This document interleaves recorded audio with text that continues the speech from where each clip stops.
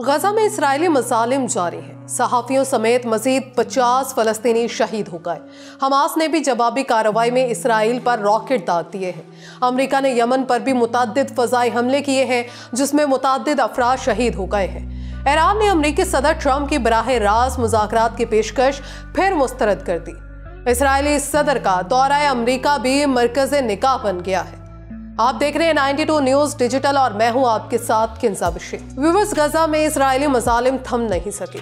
Israeli फौज ने रात भर खान यूनस, जैतून और देरुल बलाह में बमबारी की, जिसके नतीजे में सहाफ़ियों समेत 50 फ़लस्तीनी शहीद हो गए। खान यूनस में नासिर अस्पताल के करीब सहाफ़ियों के कैंप पर बमबारी से 2 सहाफ़ी जलकर शहीद हुए, जबकि मुतअद्दिद ज़ख्मी हो गए। इसराइली जारियत के नतीजे में शहदा की मजमूई तादाद 50,695 हो गई।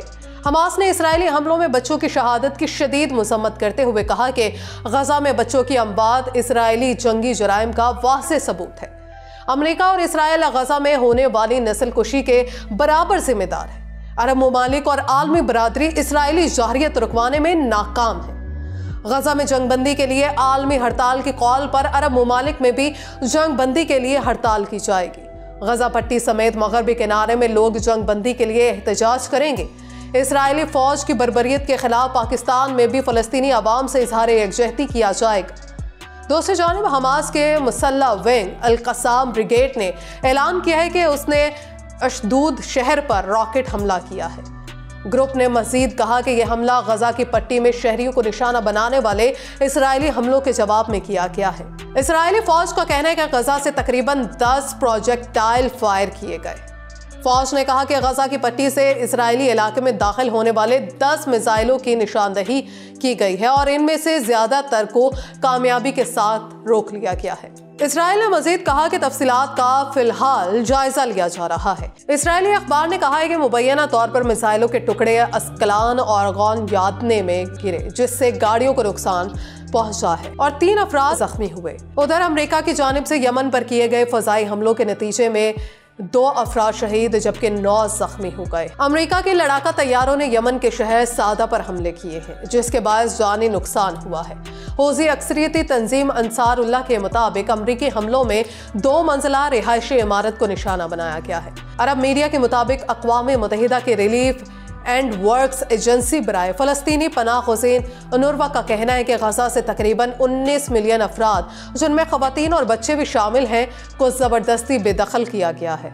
उनरवा का कहना है कि इसराइल की जानिब से जंगबंदी की खिलाफ वर्जी ने नकल मकानी की एक और लहर को जन्म दिया है, जिससे अब तक 1,42,000 से ज्यादा अफराद मुतासर हो चुके हैं। इसराइली फौज ने गैर मुसल्लह तिबी अमले की हलाकत के मामले में अपनी गलती तस्लीम कर ली है। 23 मार्च को इसराइल की फौज ने जनूबी गजा में हमला किया था, जिसमें 15 इमदादी कारकुन जान से गए थे। ताहम इसराइली फौज का अब भी इसरार है कि कम अज कम 6 इमदादी कारकुनों का ताल्लुक हमास से था, लेकिन इस बारे में वो अब तक कोई सबूत फ्राहम नहीं कर सके हैं। गजा में गुज़श्ता माह इसराइली फौज की जानिब से फ़लस्तीनी इमदादी कारकुनों को कत्ल करने के वाक़े की वीडियो मंजर आम पर आई थी।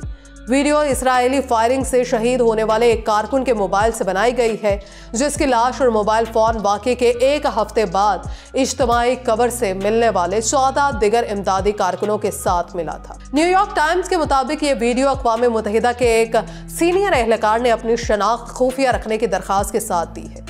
अखबार के मुताबिक ये वीडियो 23 मार्च को रफा में सुबह के वक्त बनाई गई थी। अक़वाम मुत्तहिदा में international federation of red cross and red crescent societies के नुमाइंदे ने वाक़े को शर्मनाक करार देते हुए कहा था कि ये दुनिया भर में 2017 के बाद रेड क्रॉस और रेड क्रिसेंट सोसाइटी के कारकुनों पर सबसे ज़्यादा मुहलिक हमला था। अक़वाम मुत्तहिदा के मुताबिक 7 अक्टूबर 2023 के बाद से गजा में जारी इसराइली जारियत में कम अज़ कम 1060 तिबी कारकुन शहीद हो चुके हैं।